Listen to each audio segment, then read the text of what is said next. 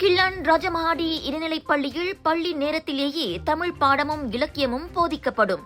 பிரச்சினைக்கு தீர்வு. 11 வயது ஆண்களை விட 11 வயது பெண்களுக்கு மனச்சோர்வுக்கான வாய்ப்பு 2 மடங்கு அதிகம். ஆய்வில் அதிர்ச்சி தகவல்.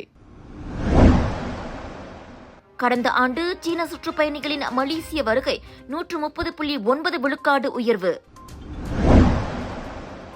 கேலாயவில் நாட்டிற்குள் சட்டவிரோதமாக நுழைய முயன்ற பாகிஸ்தான் மற்றும் வங்காளதேசத்தைச் சேர்ந்த 88 பேர் தடுத்து வைப்பு.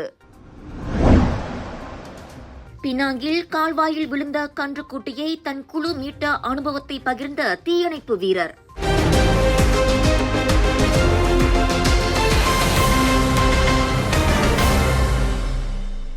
நாட்டில் 11 வயது ஆண்களை விட 11 வயது பெண்களுக்கு மனச்சோர்வு உள்ளிட்ட மனநல பிரச்சினைகளை அனுபவிக்கும் வாய்ப்பு 2 மடங்கு அதிகமாகும். 2022ஆம் ஆண்டுக்கான தேசிய சுகாதாரம் மற்றும் நோயுற்ற தன்மை கணக்கெடுப்பில் இது நிரூபிக்கப்பட்டுள்ளதாக மகளிர் குடும்ப சமூக மேம்பாட்டுத்துறை துணை அமைச்சர் டத்தோஸ்ரீ நோராயினி அமார் தெரிவித்துள்ளார். 26.9 விழுக்காட்டு 11 வயதினர் மனச்சோர்வினால் பாதிக்கப்பட்டுள்ளனர். ஆண்களுக்கு அது ஏற்படும் வாய்ப்பு 17.7 விழுக்காடாக உள்ள நிலையில் 11 வயது பெண்களில் 36.1 விழுக்காட்டினருக்கு அதற்கான வாய்ப்புகள் இருப்பதை அந்த அறிக்கை காட்டுகிறது. இது தற்கால பெண்களிடையே நிலவும் சவாலை வெளிப்படுத்துவதாக ஜோஹர் பாருவில் நடைபெற்ற தென் மண்டல அளவிலான 2025 அனைத்துலக மகளிர் தின கொண்டாட்டத்தில் அவர் கூறினார். அந்த கொண்டாட்டத்துடன் இணைந்து தொடங்கப்பட்ட மனத்திடம் ஆரோக்கியமான பெண்கள் பிரச்சாரம் பெண்களிடையே உணர்ச்சி ரீதியான மீள்தன்மை மற்றும் நல்வாழ்வை மேம்படுத்துவதை நோக்கமாக கொண்டுள்ளது. மன அழுத்தத்தை நிர்வகித்தல் மற்றும் சமநிலையான வாழ்க்கையை அடைதல் உட்பட பெண்களின் ஆரோக்கியத்தை ஆதரிப்பதற்கான பல்வேறு முயற்சிகளை செயல்படுத்துவதில் தமது அமைச்சு உறுதியாக உள்ளதாகவும் நூராயினி கூறினார். அனைத்து பெண்களும் தேவையான உதவிகளை பெறுவதை உறுதி செய்வதற்காக உளவியல் சமூக ஆதரவு திட்டங்கள், ஆலோசனை சேவைகள் மற்றும் மனநல முயற்சிகள் விரிவுபடுத்தப்பட்டுள்ளன என அவர் குறிப்பிட்டார். கடந்த ஆண்டு மலேசியா வந்த சீன நாட்டு சுற்றுப்பயணிகளின் எண்ணிக்கை 3.7 மில்லியன் பேராக பதிவாகியுள்ளது. ஆண்டுக்கு ஆண்டு என்ற அடிப்படையில் இது 130.9 விழுக்காடு உயர்வு என சுற்றுலா கலை பண்பாடு அமைச்சு கூறியிருக்கிறது. 2026 டிசம்பர் வரை சீன நாட்டினருக்கான விசா விலக்கு கொள்கை நீட்டிப்பு மற்றும் மேம்பட்ட விமான இணைப்பு ஆகியவற்றால் இந்த வளர்ச்சி உந்தப்பட்டுள்ளது. இந்த லாபகரமான வளர்ச்சியை நிலைநிறுத்த சைனா ஈஸ்டர்ன் ஏர்லைன்ஸ் விமான நிறுவனம் வடமேற்கு சீனாவின் ஷான்சி மாகாணத்தின் தலைநகரான ஜியானை குன்மிங் வழியாக கோலாலம்பூருடன் இணைக்கும் புதிய விமான சேவையை ஞாயிற்றுக்கிழமை தொடங்கியது. ஜியான் வடமேற்கு சீனாவில் ஒரு குறிப்பிடத்தக்க நகர்ப்புற மையமாக செயல்படுகிறது. குறிப்பாக நடுத்தர குடும்பங்களிடையே அங்கு விரைவான மக்கள் தொகை வளர்ச்சி ஏற்பட்டுள்ளது. இந்த மக்கள் தொகையானது அனைத்துலக அளவில் பயணிக்க போதுமான வளங்களை தெரிவிக்கும். இதுவே அவர்களை சுற்றுலா பிரச்சாரங்களுக்கான முக்கிய இலக்குகளில் ஒன்றாக ஆக்குவதாக அந்நிறுவனம் கூறியுள்ளது.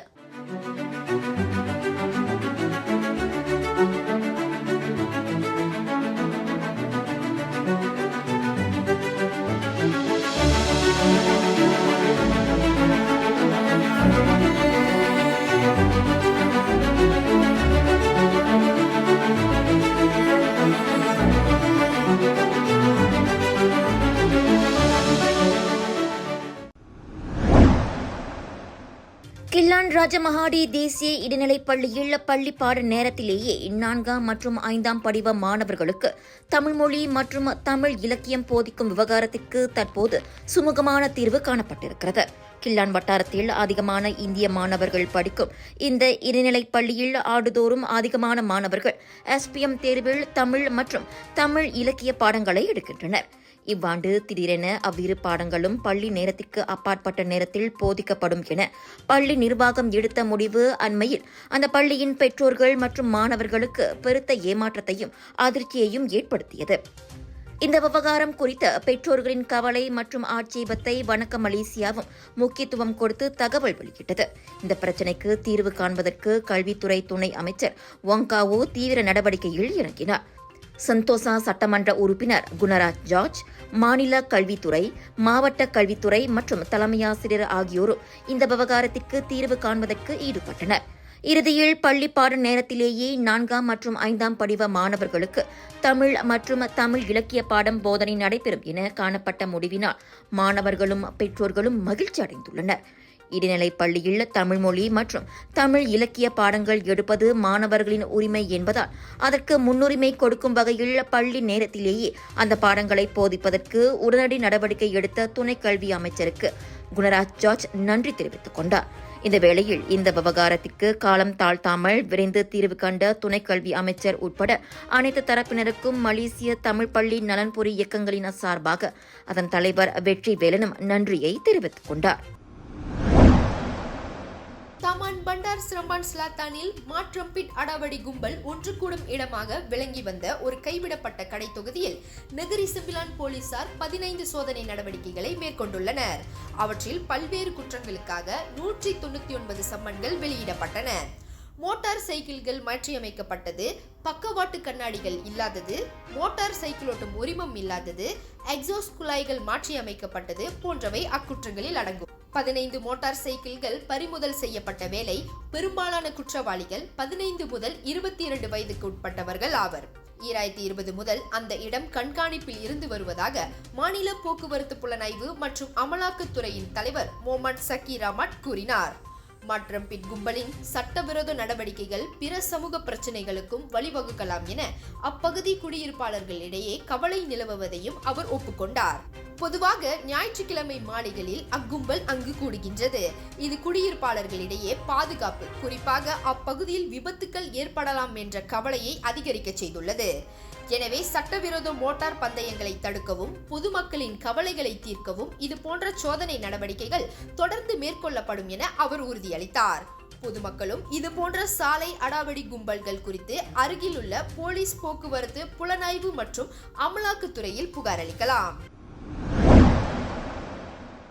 நாட்டிற்குள் சட்ட விரோதமாக நுழைய முயன்ற பாகிஸ்தான் மற்றும் வங்காளதேசத்தைச் சேர்ந்த 88 பேரின் முயற்சியை AKPS எனப்படும் மலேசிய எல்லை பாதுகாப்பு கட்டுப்பாட்டு நிறுவனம் முறியடித்திருக்கிறது. அவர்கள் அனைவரும் KLIA அனைத்துலக விமான நிலையத்தில் தடுத்து நிறுத்தப்பட்டனர். நேற்று காலை மணி 11:30 முதல் மாலை 6 மணி வரை KLIA அனைத்துலக விமான நிலையத்தின் முதலாவது முனையத்தில் மேற்கொள்ளப்பட்ட சிறப்பு கண்காணிப்பு நடவடிக்கையின் மூலம் அனைத்து சட்டவிரோத குடியேறிகளும் கைது செய்யப்பட்டதாக மலேசிய எல்லை பாதுகாப்பு நிறுவனத்தின் KLIA-வுக்கான கமாண்டர் இப்ராஹிம் முகமது யூசுப் தெரிவித்தார். இந்த நடவடிக்கையின் போது பல்வேறு நாடுகளைச் சேர்ந்த 110 வெளிநாட்டினரிடம் சோதனை நடத்தப்பட்டது. அவர்களில் பாகிஸ்தான் மற்றும் வங்காளதேசத்தைச் சேர்ந்த 80 ஆடவர்கள் நாட்டிற்குள் நுழைவதற்கான நிபந்தனையை பூர்த்தி செய்யவில்லை என்பது தெரியவந்தது. அவர்கள் அனைவரும் பரிசோதனைக்கு உட்படுவதை தவிர்க்க முயன்றதோடு அனுமதியின்றி நாட்டிற்குள் உள்ளே நுழைய முயன்றனர் என இன்று வெளியிட்ட அறிக்கையில் இப்ராஹிம் மொமார் கூறியிருக்கின்றார். எங்க வீட்ல எல்லாரும் தினமும் காலையில ரெய்னாயூர் வெர்ஜின் கோகனட் ஆயில குடிக்கிறோம். நீங்களும் தினமும் ரெய்னாயூர் வெர்ஜின் கோகனட் ஆயில குடிங்க. எப்பவுமே புத்துணர்ச்சியோட இருங்க. ஒவ்வொரு பொழுதும் ரெய்னாயூருடன் தொடங்குங்கள். கிளாந்தான் தானாமேரா அருகே லாலாங் பெப்புயுவில் மேற்கொள்ளப்பட்ட சாலை தடுப்பு சோதனையில் 2000க்கும் மேற்பட்ட ரோஜா மரக்கன்றுகளை கடத்தும் முயற்சி முறியடிக்கப்பட்டது.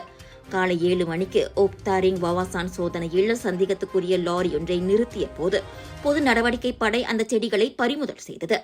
தாய்லாந்திலிருந்து கடத்தப்பட்டதாக நம்பப்படும் அந்த ரோஜா மரக்கன்றுகளை உள்ளூர் சந்தைகளுக்கு விநியோகிப்பதற்காக 24 வயது லாரி ஓட்டுநர் கொண்டு சென்றுள்ளார்.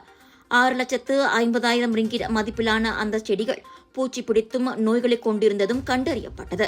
கைப்பற்றப்பட்ட பொருட்களோடு உள்ளூரைச் சேர்ந்த அந்த சந்தேக நபரும் மேல் நடவடிக்கைகளுக்காக விவசாயத்துறையிடம் ஒப்படைக்கப்பட்டிருக்கின்றார். இச்சம்பவம் 1976 தாவர தனிமைப்படுத்தல் சட்டத்திற்கீழ் விசாரிக்கப்படுகிறது. விலையோ மலிவு, செலவோ குறைவு, தரமோ உயர்வு, மனமோ நிறைவு. மக்களின் தேர்வு என்ரிகோஸ் முழு ஆடை சத்துள்ள பால்மாவு.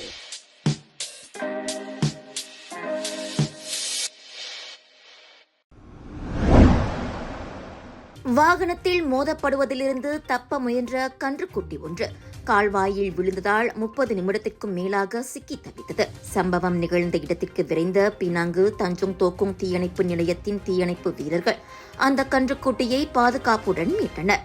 கடந்த ஆண்டு டிசம்பர் 30 நடந்த அந்த சம்பவம் இப்போதுதான் வைரலானதால் அது குறித்த தனது அனுபவத்தை 43 வயதான முகமது சுஃபியான் நூர் அருண் என்ற தீயணைப்பு வீரர் பகிர்ந்து கொண்டுள்ளார். அந்த கன்றுக்குட்டியை மீட்கும் நடவடிக்கையில் 6 தீயணைப்பு வீரர்கள் ஈடுபட்டனர். இந்த சம்பவம் குறித்து பொதுமக்களிடமிருந்து காலை மணி 7:15 அளவில் தகவல் கிடைக்கப்பெற்றதைத் தொடர்ந்து சம்பவம் நடந்த இடத்திற்கு சென்றபோது அந்த கன்றுக்குட்டியின் உடல் அமைப்புக்கு ஏற்பவே கால்வாயில் இருந்ததால் தீயணைப்பு வீரர்கள் சிரமத்தை எதிர்நோக்கினர். அதோடு எங்களை பார்த்தவுடன் அந்த கன்றுக்குட்டி மிரண்டதோடு முரட்டுத்தனமாக செயல்பட்டது.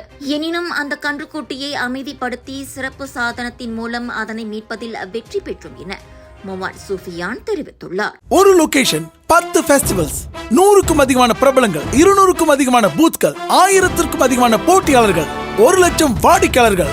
மலேசிய புக் ஆஃப் ரெக்கார்ட்ஸில் the largest indoor Deepavali expo என பெயர் பதித்த கலர்ஸ் ஆஃப் இந்தியாவின் பிரம்மாண்டத்தின் உச்சம் South East Asia Bollywood festival and Indian trade expo 26 மார்ச்லிருந்து 1 ஏப்ரல் வரை சுத்ரமால் ஜோபாடு ஜோஹரில். எதிர்பாராததை எதிர்பாருங்கள், திரண்டு வாருங்கள். Let's create lasting memories.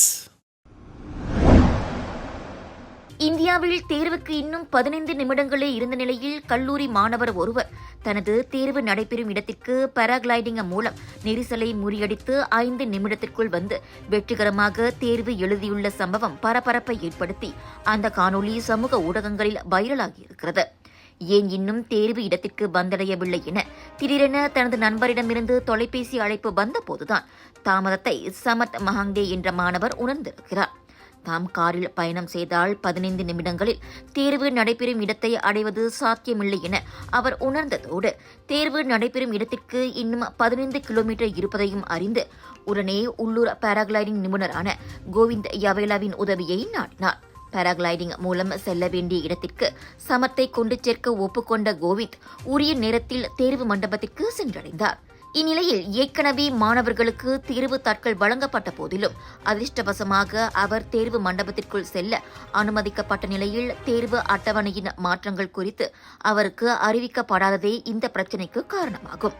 சம்பவத்தின் போது தாம் வேலை செய்து கொண்டிருந்ததாகவும் தனது குடும்பத்தை ஆதரிப்பதற்காக ஒரே நேரத்தில் வேலை செய்து கொண்டே படிப்பதாகவும் சமர் தெரிவித்திருக்கிறார்.